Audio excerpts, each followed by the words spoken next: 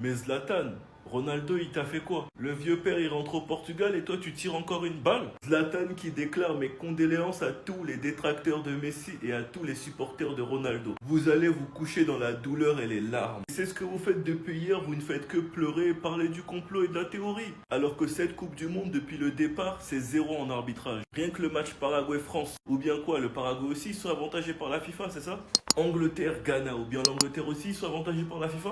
C'est marrant parce qu'on vous entendait moins lorsqu'il a gagné l'Euro. Et on vous entend encore moins parler de l'arbitrage de la finale de l'Euro. Beaucoup nous avaient expliqué que le débat était fini et que de toute manière, l'Euro c'était plus puissant que la Copa. Maintenant qu'il la gagne, c'est un tricheur. Il met que les pénaltys. Il a décidé de revenir en 2026 et même de rater ses pénaltys. Meilleur buteur de l'histoire de la Coupe du Monde, meilleur passeur de l'histoire de la Coupe du Monde et actuellement le meilleur buteur de cette Coupe du Monde. En duel avec des Mbappé, des Haaland, des Harry Kane. Dans la plus grande compétition de l'histoire du foot, quelle va être votre excuse? Un but en phase finale et c'est sous pénalty.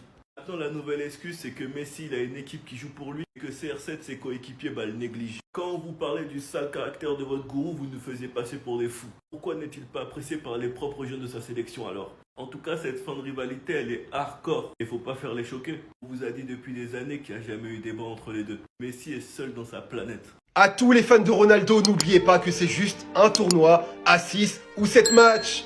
Pourquoi Ronaldo pleure? C'est honteux pour tous les fans de Ronaldo, c'est honteux pour tous les Portugais. Ronaldo qui nous disait l'année dernière, il y a moins d'un an, gagner la Coupe du Monde n'est pas un rêve pour moi.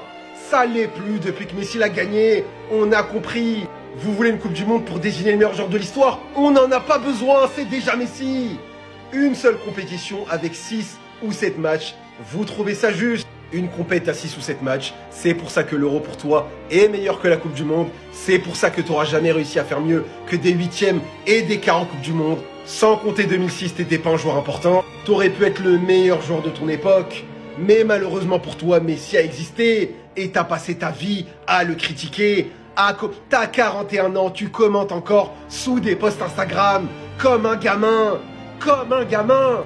Bonne retraite à toi Ronaldo, c'est terminé.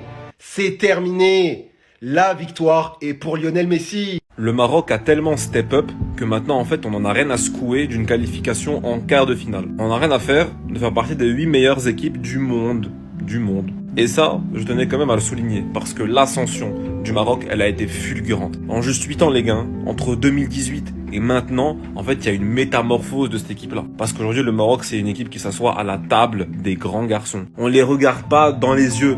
Hein, comme n'est-ce pas Monsieur Pape Gay. On n'est pas là en fait dès qu'on a un match contre une grosse équipe, en fait on l'adule, waouh c'est une grande équipe. Et puis à la fin du match on s'est fait malaxer, mais on vient en conférence de presse, on dit non mais voilà au moins on leur a mis un but, on leur a posé quelques difficultés, on était là. Comme quand j'allais au bled quand j'avais 12 ans et que je jouais à la Xbox avec mon cousin à FIFA 14 ou FIFA 15, le mec il me met 8-1, j'ai mis un but, je me dis bon bah c'est bien, moi j'ai 12 ans, je lui ai mis un but, c'est déjà ça. Bah non, on n'est pas comme ça maintenant. Maintenant, on est les grands cousins contre un autre grand cousin. Voilà, c'est la compétition. Tout ça, c'est le fruit du travail mis en place par la fédération de football marocaine. C'est le travail mis en place par le roi. C'est de l'argent, voilà, de l'argent public qui a été investi dans des infrastructures, dans des académies pour permettre aux jeunes de mieux se développer. Et tout ça a permis d'attirer de plus en plus de binationaux qui choisissent l'équipe du Maroc. Parce que bon, Bouad dit, je t'aime bien. Naïnaoui, je t'aime bien. Et je suis pas sûr qu'ils prendraient tous là, tous ceux qui sont actuellement au Maroc, je suis pas sûr qu'ils prendraient tous le Maroc s'ils étaient avec Younes Belhanda. Hein, là, je suis pas sûr. Mais soit c'est un travail qui a été top de la part de la fédération et qui a permis au Maroc aujourd'hui, en fait, de se dire on joue contre l'équipe de France, mais on va les battre en fait l'équipe de France. Ah, aujourd'hui on se dit ça. Bon, ça va pas être facile. Se mentir, mais on n'est pas en fait dans une mentalité où on se dit les mecs ils sont déjà de base supérieurs à nous, donc si on le fait c'est un exploit. Non, si on le fait ça sera très bien, mais en fait ce serait normal quoi, parce qu'on collectivement on est meilleur qu'eux, ils ont plus d'atouts individuels que nous, ça c'est la chose qui peut nous faire extrêmement peur, mais sinon quand tu parles des 11 mecs qui se trouvent sur le terrain, franchement ça se vaut. Et c'est même mieux dans pas mal d'aspects. Donc prenons un moment avant de jouer la France demain pour apprécier l'évolution de ce pays. Prenons un moment pour être fiers de la fédération, pour être fiers des coachs qui sont passés dans cette nouvelle ère, pour être fiers des joueurs qui mouillent le maillot. Donc ouais, prenons un moment pour être fiers d'eux, parce qu'ils méritent bien ça. Vous savez, ces 24 dernières heures, il y a énormément de personnes qui ont critiqué l'arbitrage d'Égypte-Argentine. Mais il y a aussi énormément de personnes qui ont défendu l'arbitrage parce qu'ils ont envie que Messi garde sa crédibilité et qui trouvent que c'est scandaleux de crier à la corruption. Alors écoutez ça et venez me l'expliquer s'il vous plaît. Copa América 2019, le journaliste lui demande est-ce que le Brésil va gagner. Messi répond, je pense qu'il n'y a aucun doute. Malheureusement, tout est truqué pour le Brésil.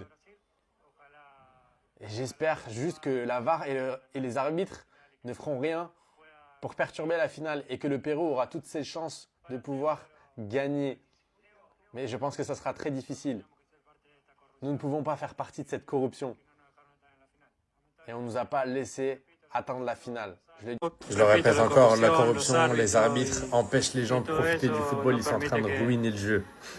Donc en fait, quand c'est Lionel Messi et l'Argentine, on ne doit rien dire. La corruption et le fait qu'ils le dénoncent, c'est normal. Par contre, quand c'est les petits pays, l'Afrique, les pays arabes, là, attention, ils sont en train de mentir. Parce qu'en fait, les Messi ont juste peur de voir leur legacy menacé. Mais ce n'est pas à propos de Messi qu'on en a, c'est à propos de l'Argentine. L'Argentine, ça fait un moment que ça existe. La main de Dieu, entre guillemets, de Diego Armando Maradona. Comment ils ont gagné la finale, leur deuxième étoile? Allez regarder aussi auprès de la dictature de Videla, le 6-0 face au Pérou. Allez réfléchir, allez regarder en 2022 le nombre record de pénaltys qui ont été offerts à l'Argentine. Ça date pas d'hier malheureusement. Arbeloa veut voler 3 joueurs au Real Madrid et les ramener avec lui à Fulham. On va voir ça tout de suite.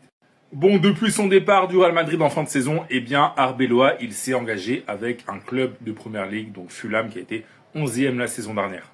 Et forcément, il souhaite recruter et il veut piocher au Real Madrid avec 3 joueurs qui l'intéressent beaucoup. Le premier, c'est Fran Garcia. Bon, malheureusement pour lui, on dirait qu'il va plutôt signer avec le Betis. Donc voilà, Fran Garcia, ça va être très compliqué pour le recruter. Arbeloa veut aussi faire venir Mastantuono. Alors ça peut sembler paradoxal vu qu'il a très peu joué avec lui au Real Madrid. Mais voilà, Arbeloa est très intéressé par la possibilité de le ramener avec lui en Angleterre. Et enfin, Arbeloa aimerait aussi recruter Gonzalo Garcia, le jeune attaquant.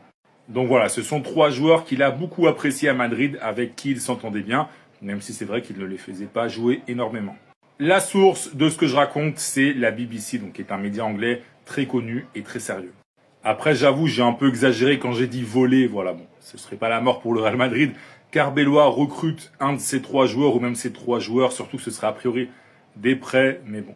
En tout cas, ça peut être des solutions intéressantes à la fois pour Arbeloa, mais aussi pour ces 3 joueurs, surtout Mastantuono et Gonzalo Garcia, qui a priori ne devraient pas avoir énormément de temps de jeu s'il reste encore une saison au Real Madrid.